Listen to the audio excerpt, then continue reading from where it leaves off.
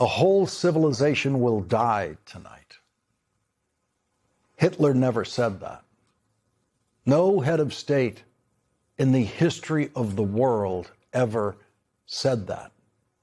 Civilization had to wait literally thousands of years until today, April 7th, 2026, at 8:06 a.m., for a head of state to say and threaten a whole civilization will die tonight.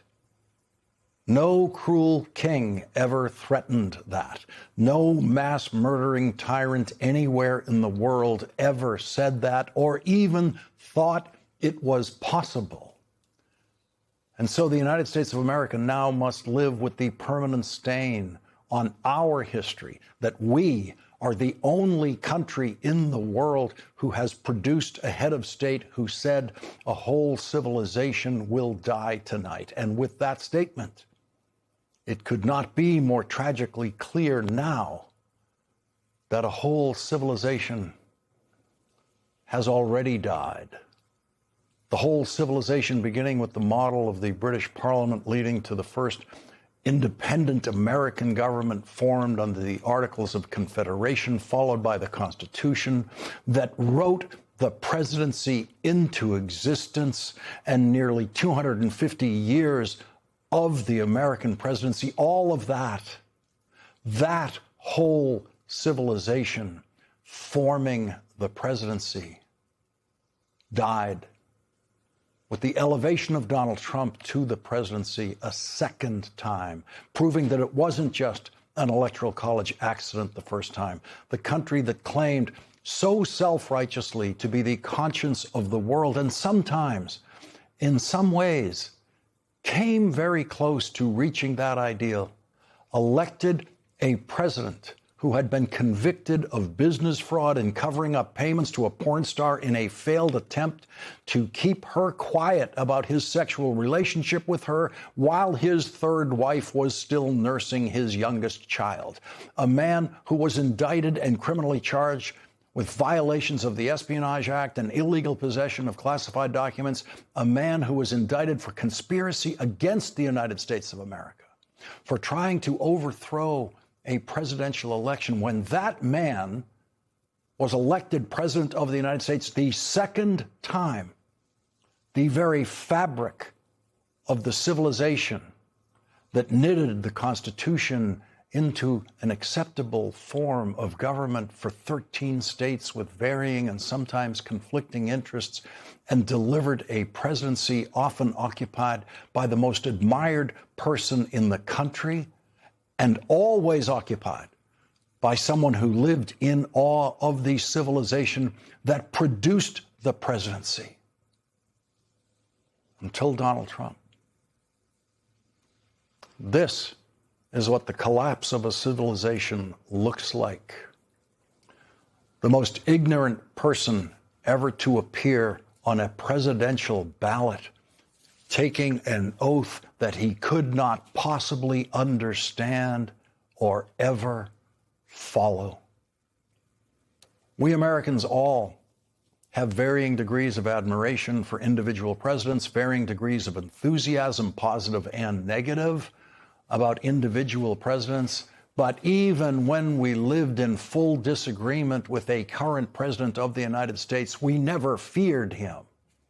And even when we lived in constant disagreement with a president of the United States, it remained effortless for most of us to retain our respect and even awe for the presidency itself. And that is what has died. When we pledged allegiance to the flag every morning at St. Brendan's Elementary School in Boston with a photograph of the President of the United States beside the flag, it felt the same, whether the president was a Republican or a Democrat. I don't know what they said in Catholic schools in America yesterday, in elementary schools or high schools, about the social media greeting the President of the United States gave to the world on Easter Sunday at 8:03 a.m. when he screamed the worst kind of profanity you can scream in print threatening to destroy every power plant and every bridge in Iran, thereby promising to commit a war crime while ridiculing the religion of the people he intended to kill with those bombs. I don't know what they could have said in those schools. What could the teachers have said about that? I loved being a public school teacher at the beginning of my career, but I have no idea what I would say or could say to the elementary school students and high school students in Boston that I had in my classrooms if I had to speak to them this week with this president. 44 minutes after Donald Trump said this morning a whole civilization will die tonight and never be brought back again, they rang the bell on Wall Street to open the markets, and no one cared that the president had threatened a whole civilization because Wall Street knew he would back down. They've invented a phrase for that, to predict that. They expect that. They expect Donald Trump to back down. They expect Donald Trump to surrender on tariffs and everything else. And so it was a normal day of trading on Wall Street, while everyone there knew that Donald Trump had announced an 8 p.m. Tuesday night deadline tonight for Iran to open the Strait of Hormuz, or he would blow up everything he could in Iran. As he put it, a whole civilization will die tonight. Wall Street knew those words were empty. As poisonous and insane and criminal as those words are, Wall Street was right to believe those words were empty and that Donald Trump would not actually go through with the full insanity of his threat. But the words themselves actually do fit the description of a war crime.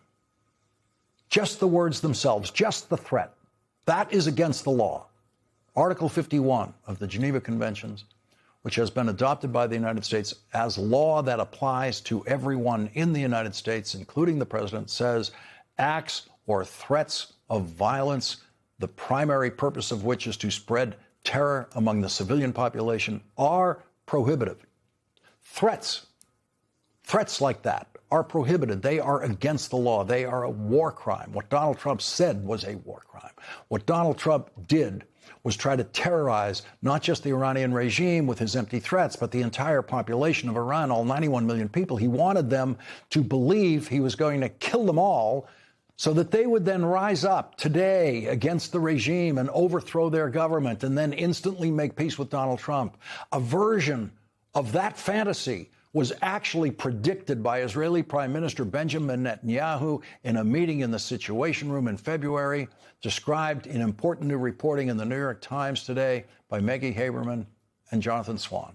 The Netanyahu presentation about how successful an American and Israeli war against Iran could be was described to Donald Trump after the meeting by his CIA director as farcical, which, according to the Times reporting, Marco Rubio had to translate for Donald Trump into a profane word that Donald Trump uses publicly all the time, because Donald Trump couldn't possibly know what farcical means.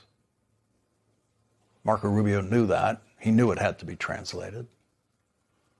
The New York Times reporting makes it very clear now that the people who have been alleging that Benjamin Netanyahu talked Donald Trump into this war now have tremendous support for that position, according to sources within the Trump government and possibly the Israeli government.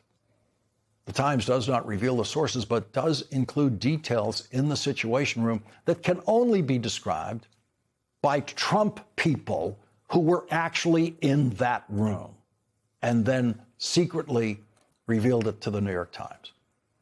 Vice President J.D. Vance emerges from the reporting as the only clear opponent of Donald Trump's war in meetings with Donald Trump. The rest of Donald Trump's advisors and cabinet were clearly afraid to take a position that Donald Trump might not like.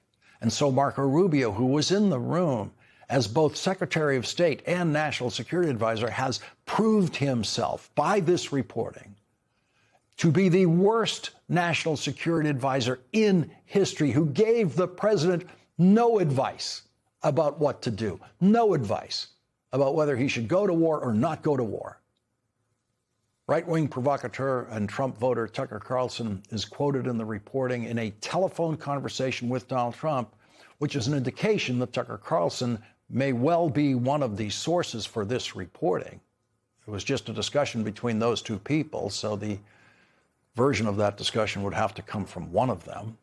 In a discussion about going to war in Iran, the Times reports a couple of weeks before the war began, Mr. Trump, who had known Mr. Carlson for years, tried to reassure him over the phone. "I know you're worried about it, but it's going to be okay," the president said. Mr. Carlson asked how he knew. "Because it always is," Mr. Trump replied. The rank stupidity of Donald Trump, as it appears in that passage, is in every paragraph of the Times report. When Donald Trump went around the room to get everyone's opinion before finally announcing his decision, he got absurd responses from everyone there except Vice President Vance. His CIA director, according to the New York Times, offered no opinion on whether to proceed. His always incompetent White House Chief of Staff, Susie Wiles, according to the New York Times, quote, told Mr. Trump that if he felt he needed to proceed for America's national security, then he should go ahead. It is exactly the kind of spineless, mindless counsel you imagine the most ignorant president in history, who has chosen his cabinet and his advisors for their weakness and for their blind and stupid loyalty, would get. Bombs do not produce permanent change. Bombs cannot kill a whole civilization. And so a whole civilization will not die tonight. But Donald Trump's war crime of threatening such terror, the only person in control of nuclear weapons who has ever promised such terror, is a moral stain that will live in the pages of our American history forever. That will not die. That will be with us forever. The stain of Donald Trump.